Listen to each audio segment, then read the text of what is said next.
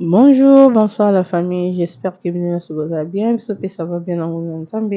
azobatela. Voilà, tout ça m'a poussé na biso na ndenge ya kin, tout ça la pointe noire na sokola na longono déjà ba tesco na zo sokola pour na kata. Et voilà, à côté pe na zo toxation sur na che ail, muscade, tangawiz, kib, moi onja pe pesa moi rouge, tout chance que zo toka poto tumbango. Na côté pe natiaki mai mpona na sukola viande na nga ngombe tozosukola yango ape tokata yango totia yango na moto po etoka. Et voilà, awa natie déjà mwa cube na kati mwa litungulu nazo râpe ail natie muscade nazo râpe pe na mwa tangawizi na nga. Voilà, po nasopelaka yango mwa mai ya moto tozomona ndeti mwa couleur sa ndeti mwa kochange mpona olongolaka mwa ba microbe. Voilà, wana tozo râpe ail na biso to râpe muscade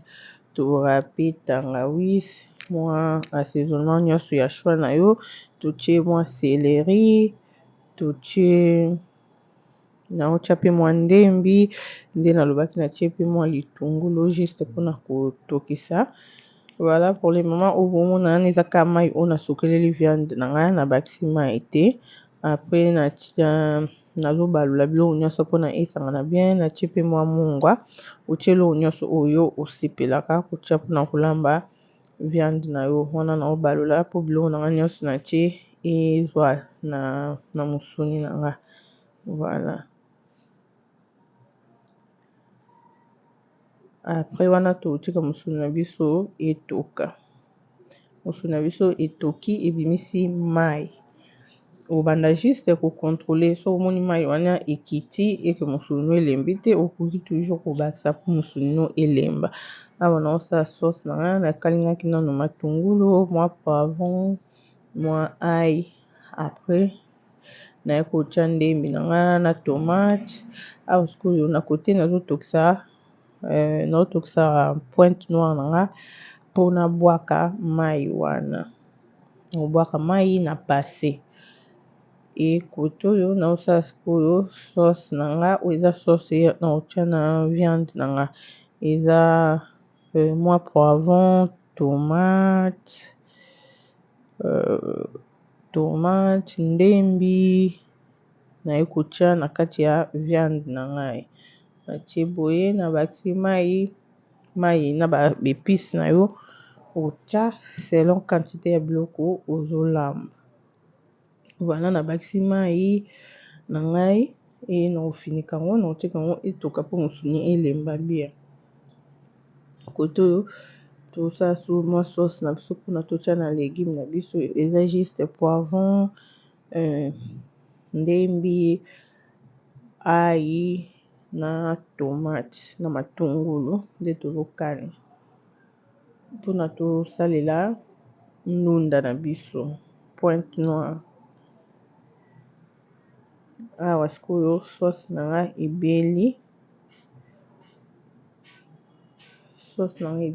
nazwi mwamba na nga natie mwamba tia ndenge olingaka so olingaka ekangama makasi so olingaka ezala léger ndenge olingaka. Voilà, natie sikoyo na bando kokalinga mwamba na ngai na sauce na ngai naotika mpenza ekalingama nazobalula kaka po ezika te.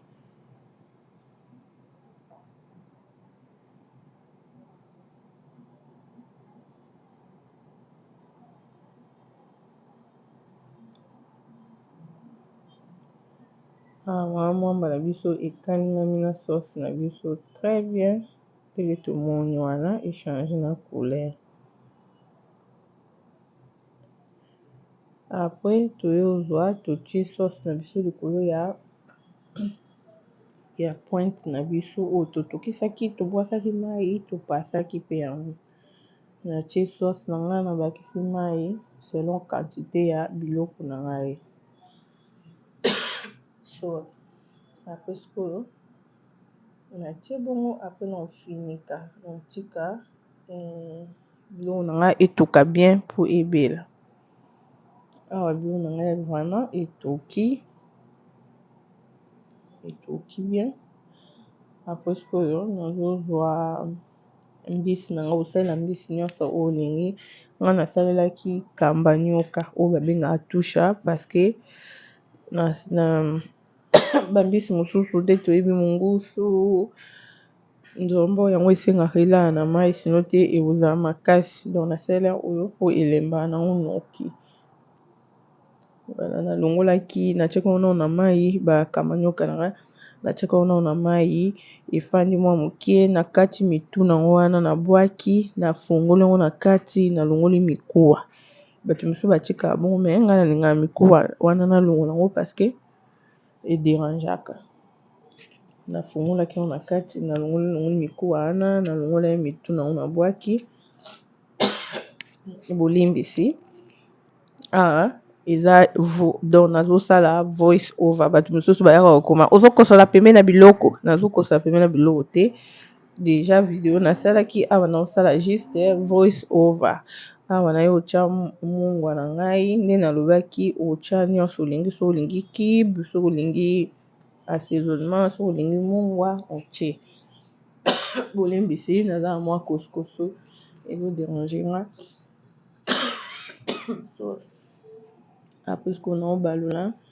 biloko na nga esangana biloko nyonso natie esangana vraiment bien après wana nde totikela yango temps etoka voilà na baloli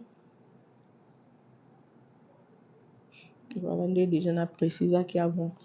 tia mwamba nayo ndenge olingaka bato mosusu balingaka mpona eza un peu léger mosusu balingaka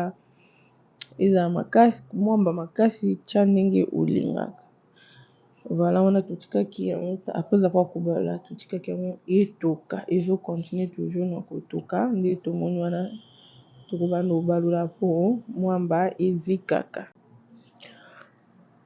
non tobanda ocontinue kobalola kotala po mwamba ezikaka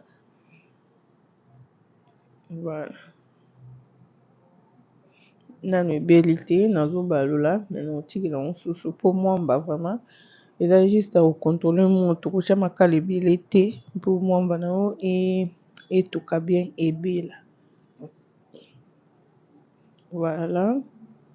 natika yango lisusu etoki awa tomoni vraiment mafuta emati likolo tomoni vraiment ekangami makasi te mpo nga nalinga pointe noire ezala na mwamba ebele vraiment te donc eza normal eleki te eza pe na se te mpona nga eza normal merci bye bye.